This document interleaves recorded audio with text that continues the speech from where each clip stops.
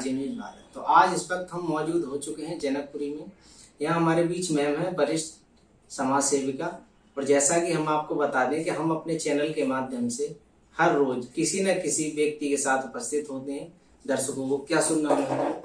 नमस्कार मित्रों, मेरा नाम राशि पाराशरी एडवोकेट है जी। और मैं शशि सोशल वेलफेयर सोसाइटी के अध्यक्ष हूँ, जी। जिला शोध प्रमुख भाजपा हूँ। तो मैम, आप जैसा सोसाइटी चलाती हैं, ये आप किसने आपको राय दी, किसने प्रेरणा दी? देखिए, समाज सेवा एक अंतर्निहित इच्छा होती है जी। और मेरी माँ मेरी प्रेरणा स्रोत रही है, स्वर्गीय श्रीमती शशि शर्मा। वो एक लेक्चरर के पद पर कार्यरत थी द्रौपदी कन्या इंटर कॉलेज में। तो मैं छोटी थी तो मैं देखती थी कि वो लगातार लोगों की किसी न किसी बहाने मदद करती हैं। बच्चों को पुस्तक उपलब्ध कराना, राशन की व्यवस्था कराने, या भी छोटे छोटे काम थे। तो मैं देखती थी तो ये अनुभव होता था कि ये क्या हो रहा है। जी। अच्छा तो बहुत लगता था देख के, लेकिन ये समझ में नहीं आ रहा था ये हो क्या रहा है। फिर मैंने एक बार अपनी माँ से पूछा कि मम्मी आप क्यों करते हो इस तरीके से? तो उन्होंने एक ही शब्द में एक ही बात कही कि बेटा सच्ची खुशी के लिए। और तब मैं इस चीज का मर्म समझी कि समाज सेवा क्या होती है। और आज मेरी मम्मी दुनिया में नहीं है, लेकिन उनका आशीर्वाद मेरे साथ है।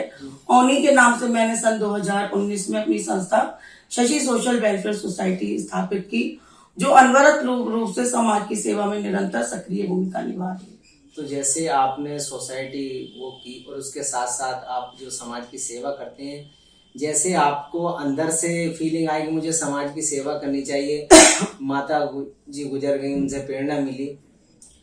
देखिए, मेरी माँ कहा करती थी कि बेटा यदि आप दूसरों की सेवा करोगे तो आपको चौगुना मिलेगा। देखिए, कहीं ना कहीं मेरा स्वार्थ भी नहीं था। और ये मैंने वाकई में अपने जीवन में ये शिक्षा ली कि यदि हम किसी की सेवा करते हैं, किसी का सच्चे मन से अगर हम किसी के लिए खड़े हुए हैं, तो ऊपर वाला हमारे साथ हमेशा होता है।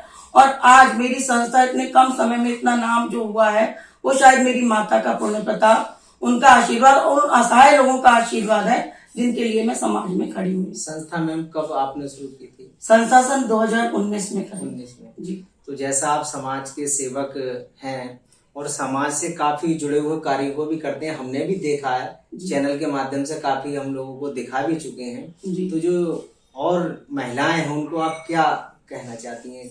देखिए, मैं यही कहना चाहूंगी कि नारी सदैव शक्ति स्वरूपा रही है। वो घर की कर्तव्यों को भी निभाती है, बाहर के भी निभाती है और सारी भूमिकाओं को बड़ी बखूबी निभाती है। बस अब वक्त यही है कि वो अपनी शक्तियों को पहचाने और जागरूक हो। नारियां बहुत कुछ कर सकती हैं, बस जरूरत है उन्हें अपनी अंतर्निहित शक्तियों को पहचानने की। इसी को उद्देश्य को ध्यान में रखते हुए मैंने संजय नगर में एक महिलाओं को ट्रेनिंग सेंटर, सिलाई सेंटर भी खोला है, और जिसकी प्रेरणा मुझे अपनी बड़ी बहन नमिता शर्मा जी से मिली है। और यही हमारा मेन कार्य है कि महिलाएं आए, मुझसे जुड़े, सिलाई सीखें और उसी में हमारे उनको रोजगार भी दिया जाए। जैसे मैम आपने सिलाई सेंटर खोला है, किस नाम से खोला है, उसकी क्या चार्ज है? अच्छा, मेरा जो सिलाई सेंटर है वो, मैं क्योंकि कृष्ण की परम भक्त हूँ, तो श्री कृष्ण प्रिया नाम से हमारा सिलाई सेंटर का नाम है। और जिसमें 300 रुपीज फीस 3 महीने का हम कोर्स कराएंगे उसकी जाएगी, और सर्टिफिकेट भी लोग महिलाओं को दिया जाएगा। और उसके साथ ही जो हमारे कार्य है, ड्रेस का कार्य है और कार्य, तो मैं ये चाहती हूँ वो महिलाएं आए, उस कारखाने में हमसे जुड़े और रोजगार भी पाए। जैसे आप सर्टिफिकेट देंगी तो वो कितने मंथ का देंगी? 3 मंथ का सर्टिफिकेट। 3 मंथ के कोर्स। तो उससे आगे भी किसी महिलाएं जो है क्योंकि मैंने ये महसूस किया है कि सर्टिफिकेट बहुत बड़ी भूमिका निभाता है कहीं ना कहीं रोजगार में।